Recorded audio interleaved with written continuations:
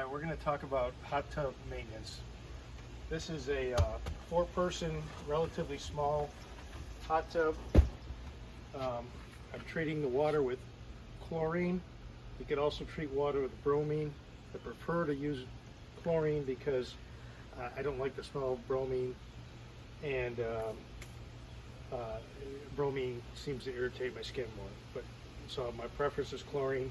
You can see the water is very clear. Come on, you can show the clarity of the water. So once you have your water stabilized, you just need to maintain it. We'll cover that first, then we can go into how you fill a hot tub and how you get it established. So at least approximately once a week. Everything in this is approximate. Approximately once a week, use a test strip to check the two most important things are your free chlorine level and your alkalinity / pH. They work together. So with test strips, you got to be really careful that you keep these from getting contaminated. So when you're ready to use a test strip, make sure your hands are clean and dry, and don't reach into the container to get a test strip.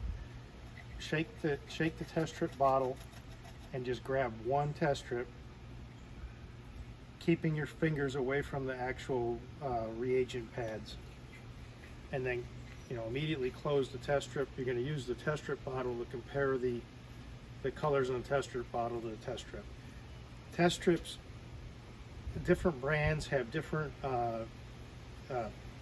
components they test. There's some with more, some with less, and they don't always develop into the same colors. So you have to adjust your process to match the test strips that you have.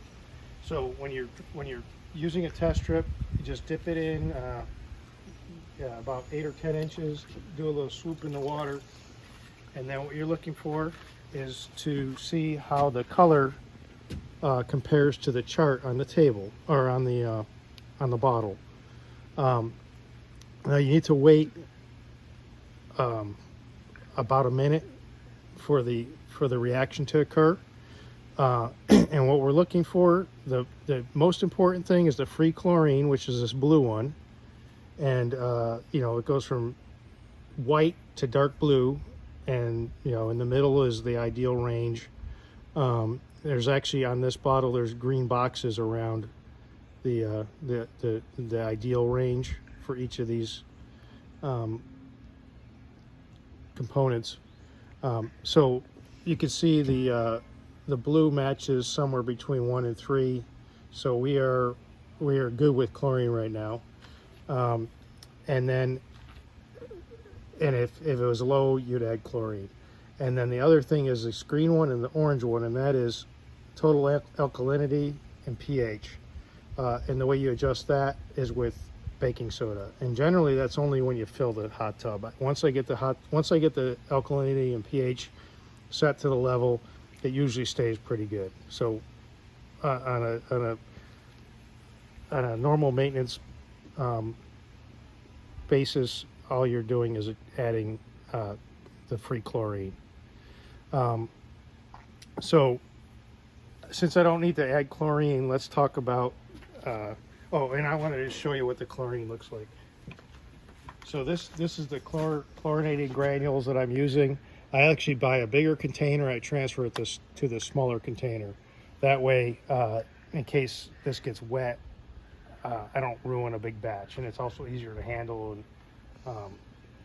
But the active ingredient is sodium dichloral triazonate. It's 99%. And when you open one of these bottles, make sure you bring it over the water before you open it. And then you can open the lid, and sometimes as you pull the lid off, pieces of chlorine fall. And you don't want that to fall on your deck because it will bleach your deck, and it also could cause skin irritation. And you could attract it in the house and ruin your floors or carpets or upholsteries. I'm not going to put any in since it's already got enough chlorine, but typically what I do is once a week, I'll check this, and approximately once a week I have to add a ½ ounce using this measuring cup. I bought this at a local pool supply. ½ ounce of chlorinated granules. You do this, I turn the hot tub on and turn the air intake on so that the water is being agitated while I put the chlorine in. That way it doesn't just go to the bottom and sit on the bottom. It gets mixed as it falls to the bottom. But so, and then the other product that you use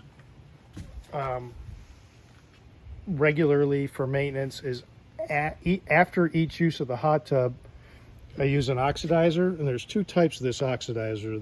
There's this product here, which is this potassium peroximonosulfate, 36.2%. That's the main ingredient. I recently switched to this, and it seems to work well. There's another product. I've got the bottle underneath the steps here. It is called non-chlorine shock oxidizer. Two of those empty ones. As potassium monopersulfate, 44.7%. Either of these work. You use this to, after you exit the hot tub, after each use, and it gets rid of body oils,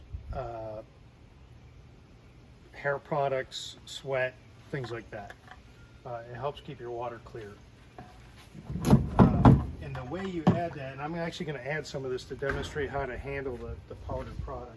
I'm going to turn the motor on, and I'm going to open the air valve, and I even open the waterfall just to get the water agitating. That way, when I drop the chemical in there, it mixes and doesn't just sit on the bottom. So again, open the container over the water. That way, if any crumbs fall, they fall in the water instead of on the deck. And in this case, I will use 2 ounces after each use, 2 ounces of the product, and pour it over the water. That way, if you spill any, it goes in the water, not on the ground. So that's about 2 ounces, and I just kind of sprinkle it into the water. After you add a product, you need to leave the lid open because the water outgasses, and the outgassing will damage the inside of your cover. And I actually just store my 2 products that I use regularly, just right here, so they're easy to get at with the measuring cup right there. Okay, so the next thing is what you do if your water gets cloudy. The first thing you can try to do is treat the water, and a lot of times you can clear it up just by treating it. When you first add the chlorine, which is typically a ½ ounce of chlorine, and this is a small hot tub, it's less than 200 gallons, it's a small 4-person hot tub. When you add the chlorine, the actual chlorine level on the test strip, if you were to test immediately after adding chlorine, will be very, very high, very dark blue on the test strip bottle. The free chlorine will be, up in the high range. And when you do that, you're shocking the hot tub, you're shocking the water, which helps purify the water. So my experience is even when the chlorine level is very high, it doesn't really smell like chlorine, and it doesn't really cause any skin irritation. But to be safe, you can wait overnight before you go in after you add your 2 ounces or ½ ounce chlorine. So my first step if the water's cloudy is I'll add the MPS the non-chlorine oxidizer and give it overnight to see if it clears up. If it doesn't clear up and the chlorine level is high, you can still add some more chlorine and try to shock it more. If it doesn't clear up after that, you might have to drain the hot tub and refill it. Okay, so let's talk about draining and refilling. I'm gonna stop this pump.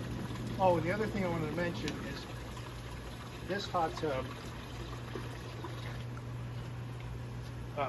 I close the air because the air will suck cold air into the hot tub and cause the hot tub to cool off more while the lid's closed.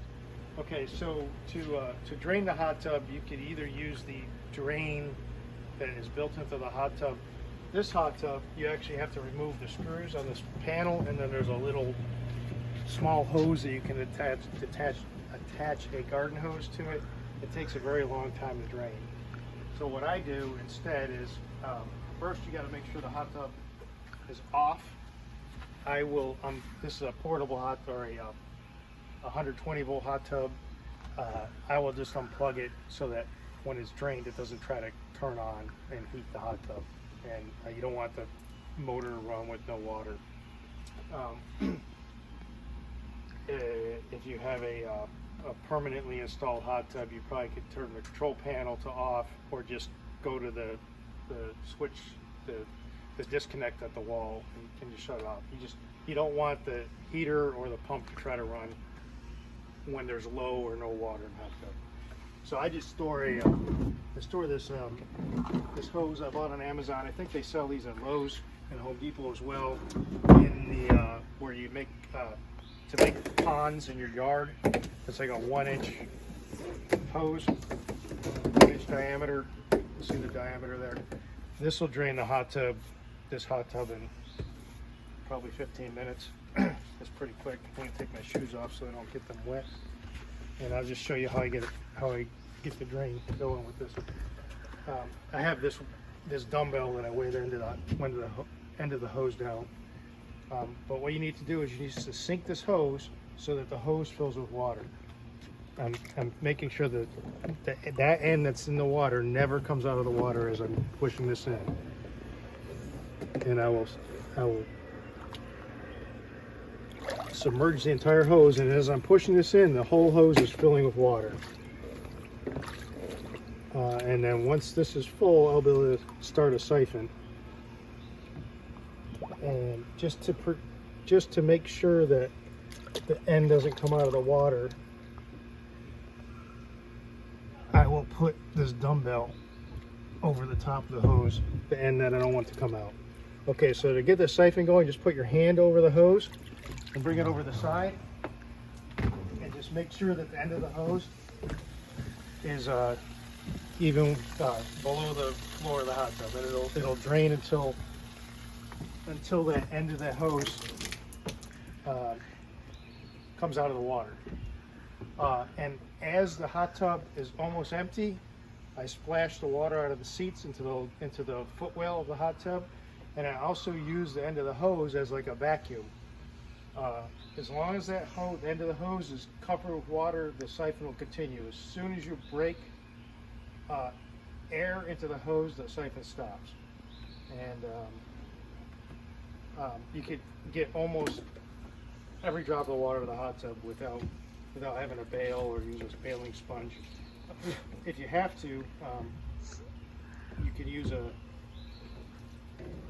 you can get a bailing sponge or a sponge for tile and a small bucket, and soak up the rest of the water and just wring it out into a bucket and dump it out into the rest of the water. If you're draining and refilling, you could leave a little water in the hot tub. It's not going to really hurt anything. So let's say you're refilling the hot tub. I actually fill my hot tub. I've got a hot and cold spigot, so I can fill it with water that's basically at the 104 degrees. But if you're filling with cold water and if you have a portable hot tub like this, it takes at least overnight to warm the water up. A hot tub with a higher powered heater will heat more quickly. So we're in Cornelius, North Carolina. We're on city water. I fill the hot tub to the recommended level, which is above the filter. And once the water's filled, I just add a ½ ounce of chlorine and let it sit overnight. The next day I use a test strip to see where the chlorine level is and where the pH is. And typically I have to add baking soda, probably 4 or 6 ounces of baking soda. I buy the baking soda at Walmart. It's very reasonable. And that will bring up the pH and the alkalinity. They move together. And I think that's all I can think of that you need to do. Oh, filters. So the filter, we use our hot tub probably on average once a week. And I clean the filter out 2 or 3 times a year maybe. All you do is take the filter out. I'll turn this turns and this basket comes out as a skimmer basket. Sometimes there's leaves in here. There's one leaf in there. You can see it. You could reach in there and get it out. Set this over here so it'll knock it over. And then this filter unscrews.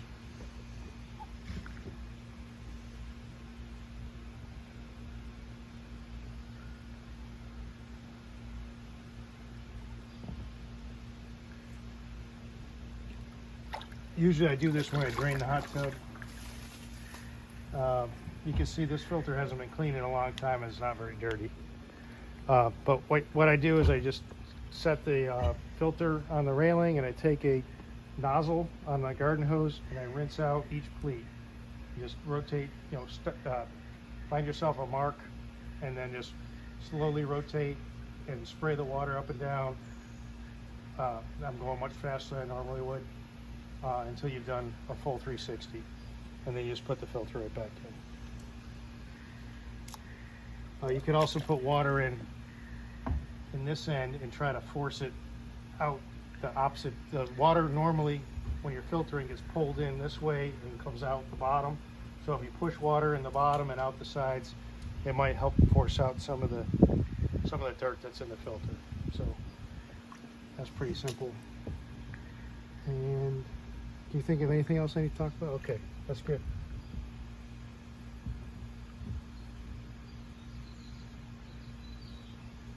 So it just threads back in. You got to make sure it's straight. Careful not to cross thread it. Just barely snug. As soon as it stops, it's tight enough. And this just has a 1/4 turn latch. There's my leaf. Got it. And that's it.